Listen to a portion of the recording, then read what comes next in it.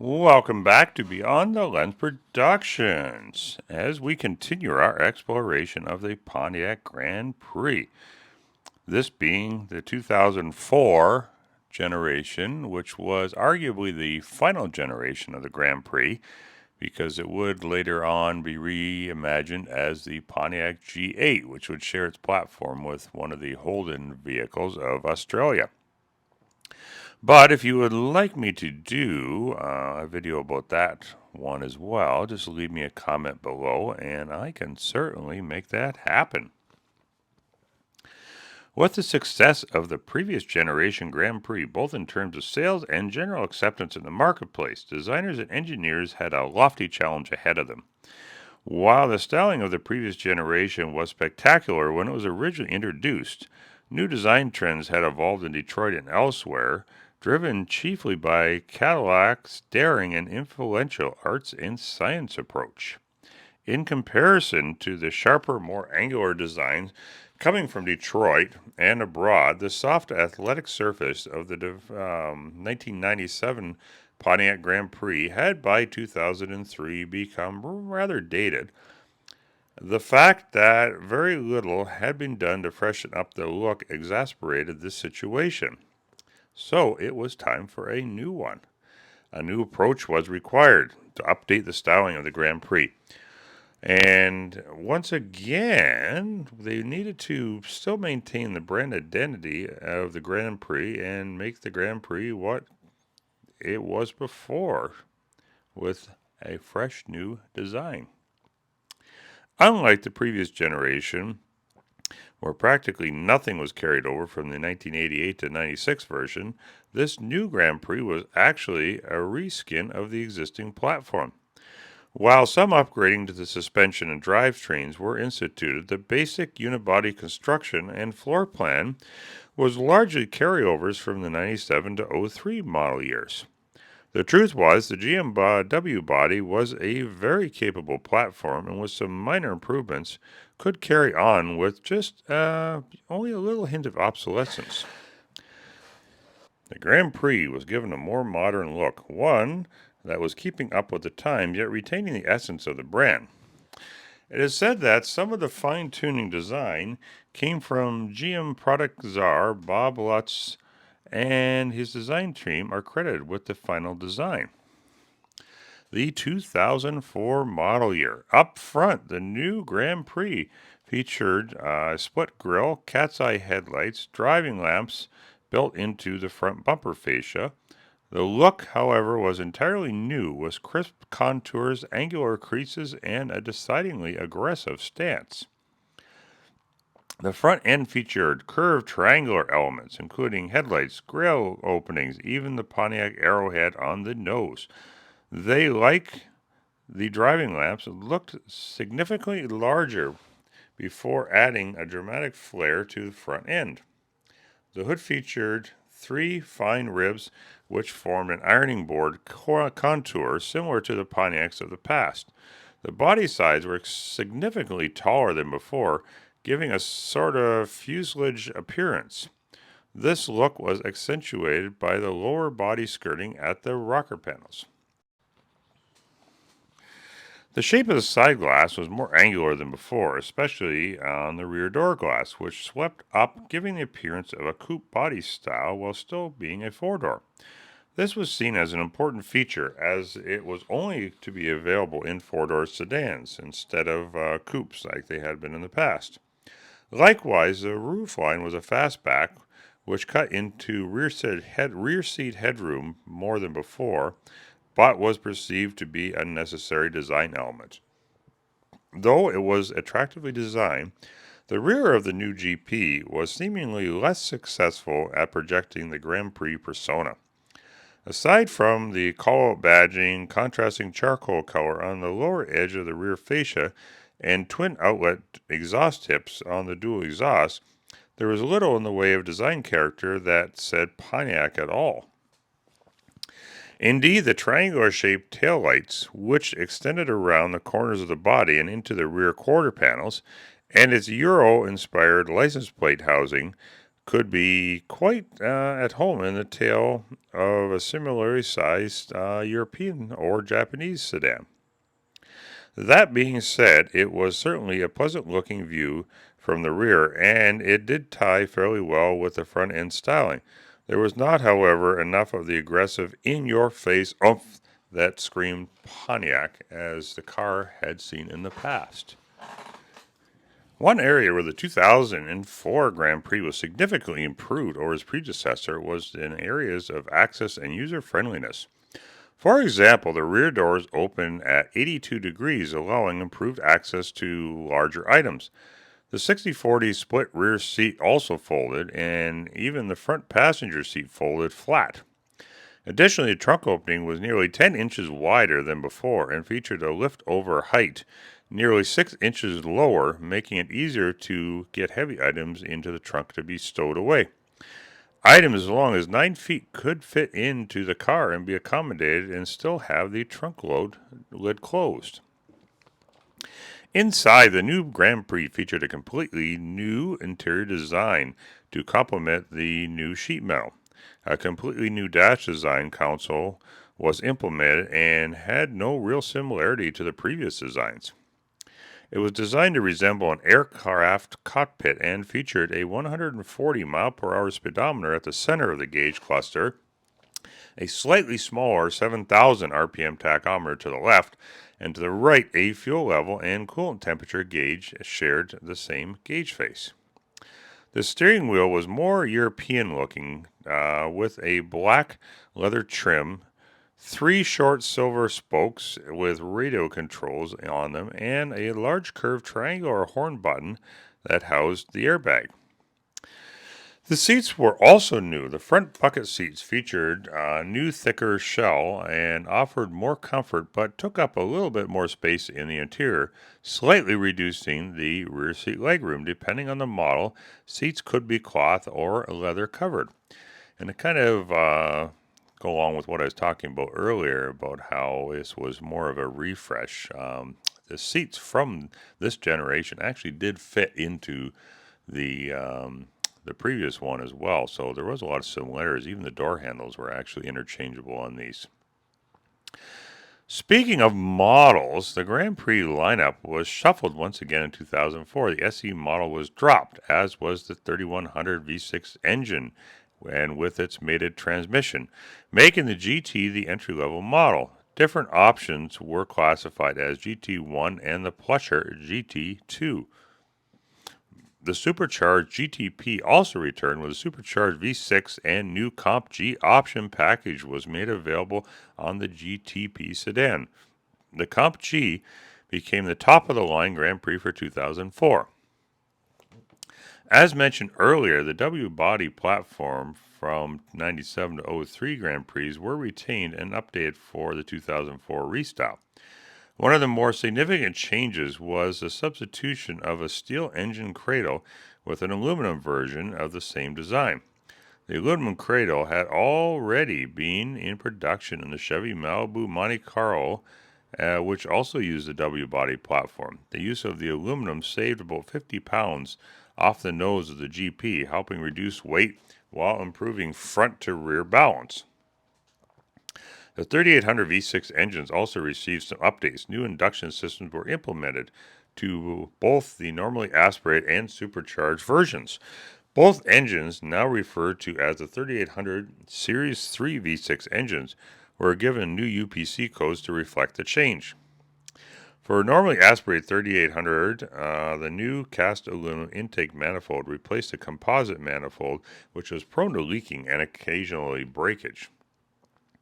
Additionally, a new drive-by-wire throttle body was replaced by a traditional cable-operated unit on the previous generation. It was coded L26 and was rated at 200 horsepower, 5,200 RPM, with 230 foot-pounds of torque at 4,000. The top-of-the-line GTP and GTP Comp G were powered by a similarly upgraded supercharged version of 3800 V6.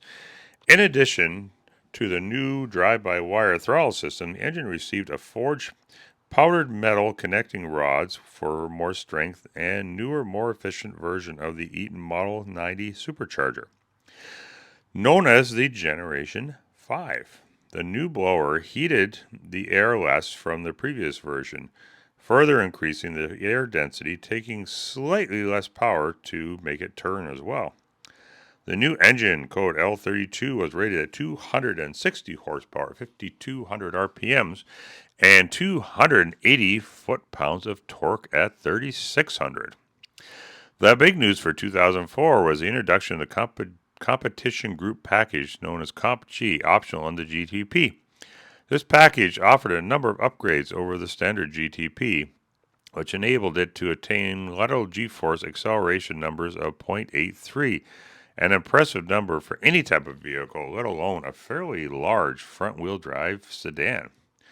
The package includes StabiliTrak, front-wheel vehicle stability enhancement system. StabiliTrak aided the driver in maintaining control of the vehicle in sudden maneuvers, particularly in low traction conditions, in emergency lane changes while swerving, and to avoid an obstacle.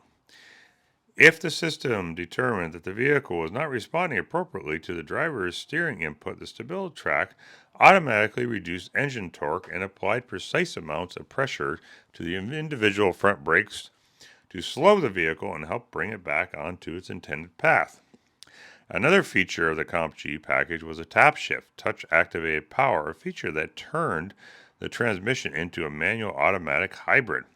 It provided manual gear shifts without a clutch. Tap shift used Formula One style paddles on each side of the steering wheel to manually control which gear the driver chooses. One click and on the front paddle and move the transmission gear up, while one tap on the backside produced a downshift. The tap shift of the car specific gear changes were determined by the driver. Another significant change for the Grand Prix was that it was now manufactured in a different assembly plant than before.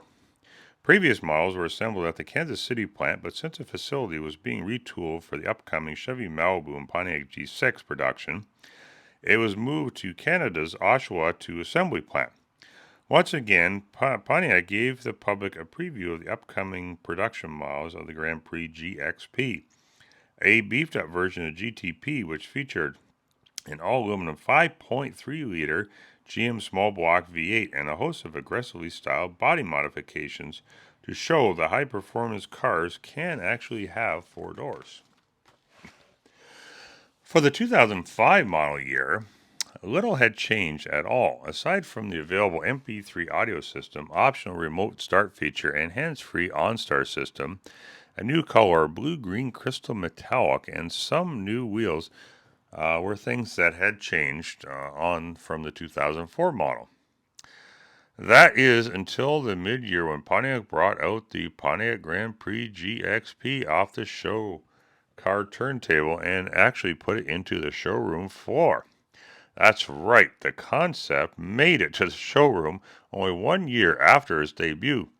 It was the first time a Pontiac Grand Prix had used a V8 engine since 1987. It was also the first Pontiac to use GM's displacement on demand technology. Actually, the GXP show car was actually a pre-production version of the production car, but it was sufficiently radical to have enthusiasts question whether it was just another teaser and something that would actually never make it to the dealer.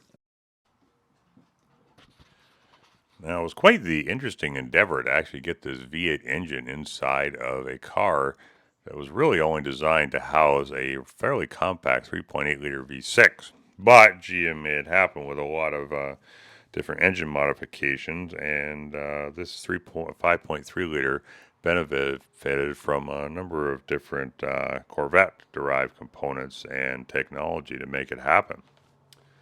The displacement on demand system was new to GM, and basically it deactivated 2 cylinders in each bank during low demand situations, allowing the car to run as a V4, reducing fuel consumption by as much as 12%. Although the car was originally rated at just under 300 horsepower, with new SAE calculations, it actually ended up being rated at 303 horsepower instead. With all 8 cylinders operating, the 5.3-liter V8 could propel the GXP to 0-60 times in under 6 seconds. Depending on the skill of the driver, the GXP could cover the quarter mile in the high 13 to low 14-second range at over 95 miles per hour, which is a truly exhilarating performance for a front-wheel drive sedan. There was more to the GXP package than just the engine swap. The chassis was upgraded to handle the extra horsepower and torque of the new optional V8 engine. Building on the successful Grand Prix Comp G suspension settings, engineers lowered the car 9 millimeters through the use of higher rate springs and gas-charged struts. Out back, the 17.2 millimeter hollow rear stabilizer bar was also used. One of the more unique features of the Grand Prix GXP was the fact that the front wheels and tires were substantially larger than the rears. The front wheels were 8 inches wider, while the rear wheels were a full inch narrower. Additionally, the Grand Prix GXP received an exclusive new visual package. GXP's specific body enhancements included new front and rear fascias with rocker extensions to accentuate the lowered appearance. The front fenders were also unique, flared for the wider wheels, and they now had smaller extractors that called to mind units of the 1970 to 1981 Trans Ams. Prominent exhaust outlets on the rear fascias combined with the GXP badges to foretell the car's performance capability. The 2005 model year proved to be a transitional period for performance models of the Grand Prix. It was the only one in the Grand Prix GT and GXP to be built in the same year. Aligning Pontiac's performance models under the GXP banner would mean the end of the line for the GTP, a nameplate that stood for high performance since its introduction in 1991. With the 2006 model year arriving, the general look of the Grand Prix were the same as the previous year, though there were some significant changes in terms of model lineup. With the GXP now the top performance machine and the GTP gone, there was some shifting of nameplates. The normally aspirated 3800 3 Series V6 now powered the base model, simply known as the Grand Prix.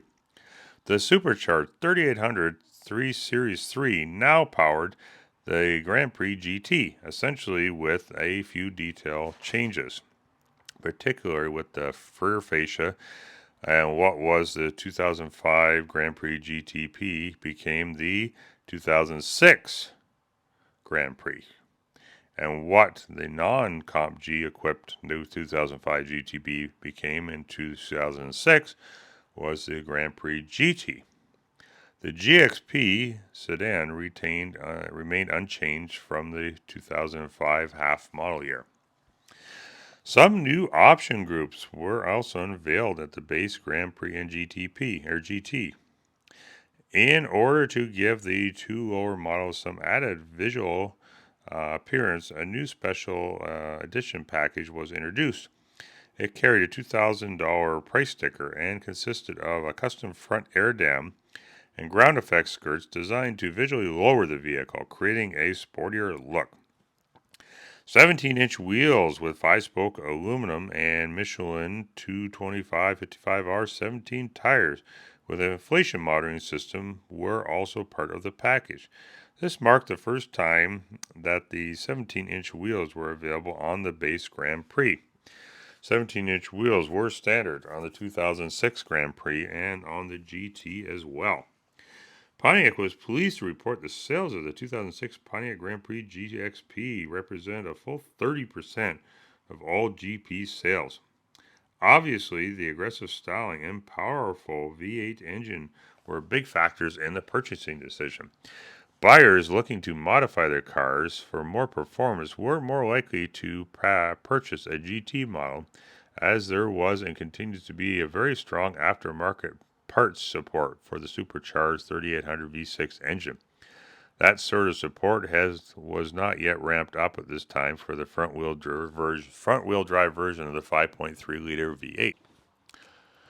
As we moved into the 2007 model year, it was pretty certain by this point that the Grand Prix fate had been sealed and that the 2007 model year would see the end of the line for the Pontiac Grand Prix.